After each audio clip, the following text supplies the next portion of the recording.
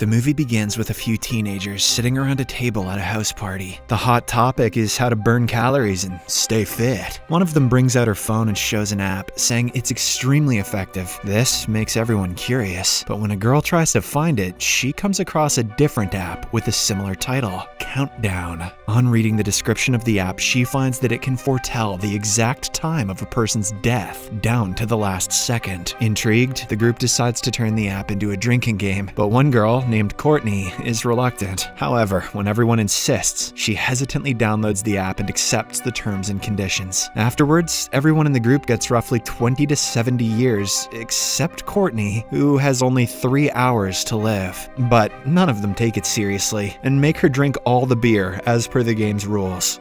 You're not gonna die, Courtney. Now hurry up and poison yourself. Just then, her boyfriend Evan shows up and helps her with the drinks. He gets so wasted that he is barely able to drive, but he's going to anyway. So, after the party is over, Courtney ditches him and decides to walk home alone. Along the way, she gets a cryptic message from the app, saying she has broken the user agreement. She then notices a figure following her from behind, prompting her to walk faster. Suddenly, the app gives out a notification, mentioning that she has no more than 2 minutes to live. Terrified, Courtney switches off the phone and runs into her house. She heads straight to the bathroom to calm herself down, but things get even weirder. She hears a curtain move, and when she turns around, an unseen force takes a hold of her and hurls her up towards the ceiling. The mobile phone is also miraculously turned on, and when the countdown reaches 0, Courtney is thrown to the bathroom floor in a lifeless state. Elsewhere, we see that Evan's car has met with a horrible accident. He didn't download the app, he's just an idiot. The seat in which Courtney was supposed to be in is impaled by a tree log. The scene then cuts to a hospital where a nurse named Quinn is delivering food to the patients. When she learns that one of them is missing, she searches around the hospital until she finds the patient in the balcony area. He is revealed to be none other than Evan. Quinn sits with him and tries to relax him for his surgery the next day. However, Evan is still traumatized by what happened with his girlfriend. He explains to Quinn what the Countdown app is, which says that he has only 19 hours left to live. He also tells her about his girlfriend, Courtney, and how she died.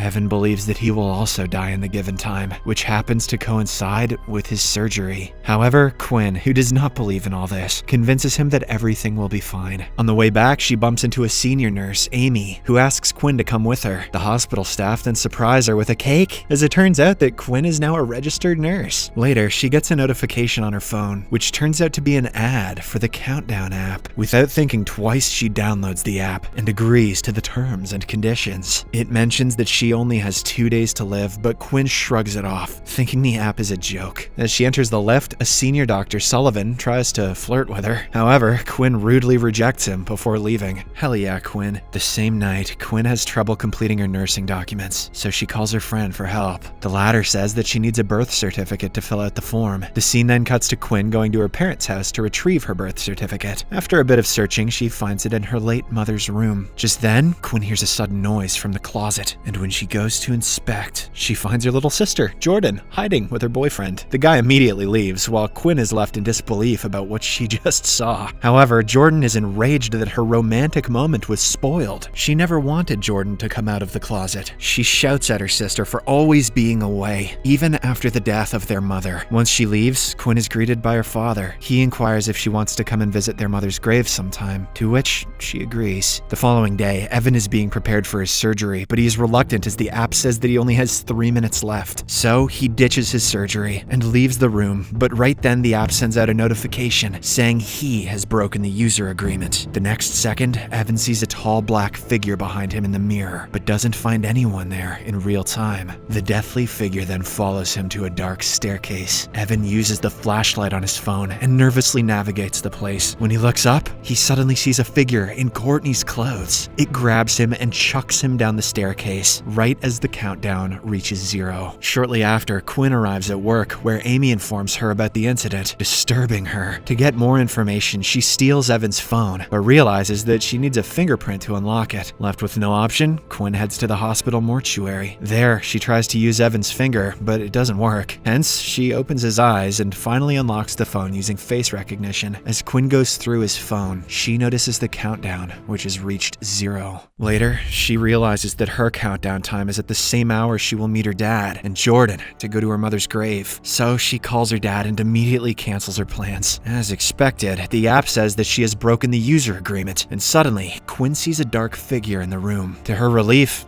it is only Dr. Sullivan, who has come to ask her help with a patient, and probably to hit on her again. The same night, Quinn tries her best to delete the app, but to no avail. Hence, she surfs the internet for solutions. She comes across different cases about the countdown app, which only aggravates her worries. As she prepares to sleep, she suddenly sees a dead Evan on her bed. Fed up, she throws her phone to the ground, shattering it completely. But despite this, it still shows the countdown. This terrifies Quinn deeply, so she heads out to her car and falls asleep there. In the morning, Jordan wakes her up, and the two of them go to Quinn's apartment. Jordan wants to spend some time with her sister, but when Quinn refuses, stating that it isn't safe, she gets angry and storms off. Later, Quinn goes to an electronics shop and buys a new phone. She becomes relieved to find that the app isn't there. However, when she is about to leave, she gets a notification from the countdown app on her new phone. Quinn frantically asks the shopkeeper to delete it, but he is unable to do so. Frustrated, she gets into her car, while a customer from the store named Matt asks the shopkeeper about the app Quinn was talking about. Meanwhile, as she is driving, Quinn suddenly sees a dark figure, causing her to ram her vehicle into another. The angry owner of the car is about to beat her up, but just then, Matt comes outside and saves her ass. He then reveals that he too is suffering because of the countdown app. To discuss it further, the two enter a bar and think of a way to read the terms and conditions of the app. They learn that it only pops up when the app is freshly installed, so Matt convinces a drunk guy to download Countdown. When he reaches the terms and conditions page, Quinn starts reading them. They state that the players have to accept their fates no matter what. Despite the ominous warning, the drunk guy accepts, and to everyone's surprise, he has a long countdown of 39 years. Meanwhile, thinking that demons are involved, Quinn and Matt go to the hospital to talk to the priest. However, he tells them to visit someone much more qualified and gives them an address. As they are about to leave, Quinn is called by Amy, while Matt goes to the bathroom. There, he sees a barefoot child from beneath the stall, but doesn't pay much attention to it. Afterwards, as Matt washes his hands, he hears someone crying. When he goes to check, he sees the same kid walking through the stalls, as if there is nothing in between. Soon,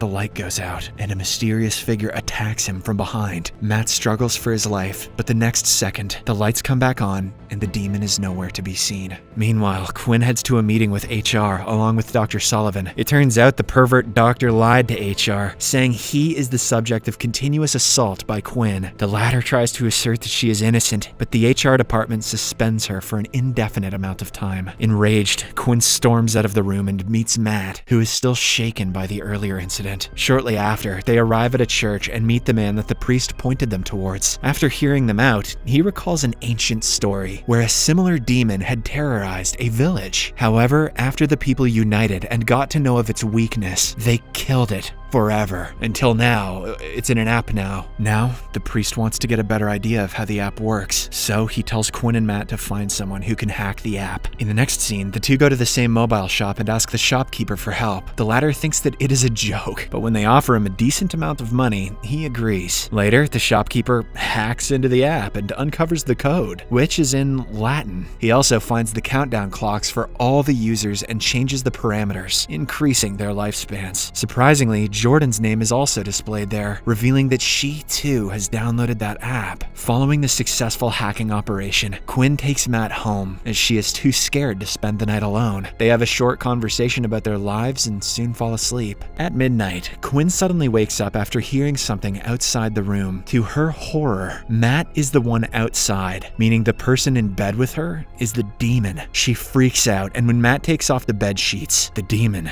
disappears. Unfortunately, both Matt's and Quinn's countdown goes back to their original numbers. Elsewhere, Jordan hears her phone ring in another room and goes to get it. When she notices the countdown, suddenly, the lights start to flicker and she hears her dead mom talking, and the very next second, the woman appears. Jordan almost has a heart attack and runs for her life, and luckily, Quinn and Matt arrive in the nick of time and rescue her. After this, the trio heads to the priest. There, he deduces from the app code that a curse has been put on them. Yeah, the code Toad told me that. The priest then explains that in order to lift the curse, someone with the Countdown app has to either die early or live longer than the countdown. As expected, they choose the second option, and the priest decides to help them out. He blesses some salt before making a holy circle to keep them safe from the demons. Sorry, this is actually pretty cool. After the procedure is complete, Matt finds out he has only 2 minutes left on the clock, so he steps aside for a second. Quinn accompanies him to console him, but they end up sharing an emotional kiss. All of a sudden, the lights go out and all of them rush inside the circle. The demon appears shortly after, and as planned, it cannot enter the circle. They won this round of saltpaper app demons. Suddenly, Matt's phone starts to blare, and he begins to see visions of his dead brother, who manipulates him out of the circle. The demon then immediately pulls him outside the building, and Quinn runs after him. But when the two reunite, Matt is abruptly run over by a car and killed. Devastated, Quinn returns to the house, only to find her sister bleeding from an apparent cut. So, she immediately rushes Jordan to the hospital. There, Quinn is approached by another nurse, who reveals that she too is a victim of Dr. Sullivan's abuse. She wishes that someone kills him in a gruesome manner. Hearing this, Quinn gets a brilliant idea. Since Sullivan also has the app, she plans to kill him prematurely, hoping that it will lift the curse. Later, Quinn manages to seduce him in his office, and tells him to follow her to the closed section of the hospital. Once Sullivan falls into her trap, she attempts to inject him with a ton of morphine. But right then, Jordan arrives there looking for her. Suddenly, the doctor is dragged away by the demon to stop the premature killing. Quinn goes after them, while Jordan checks her phone, which reveals that she only has 2 minutes left to live. Meanwhile, Quinn finds Sullivan and is about to attack him, but the demon pushes her away, allowing the doctor to escape. After a while, the demon starts chasing after Jordan. Just as her time is about to run out, Quinn confronts it with a syringe pushed against her skin. The demon impersonates her dead mother, but Quinn is not fazed. She bravely injects herself with the morphine, killing her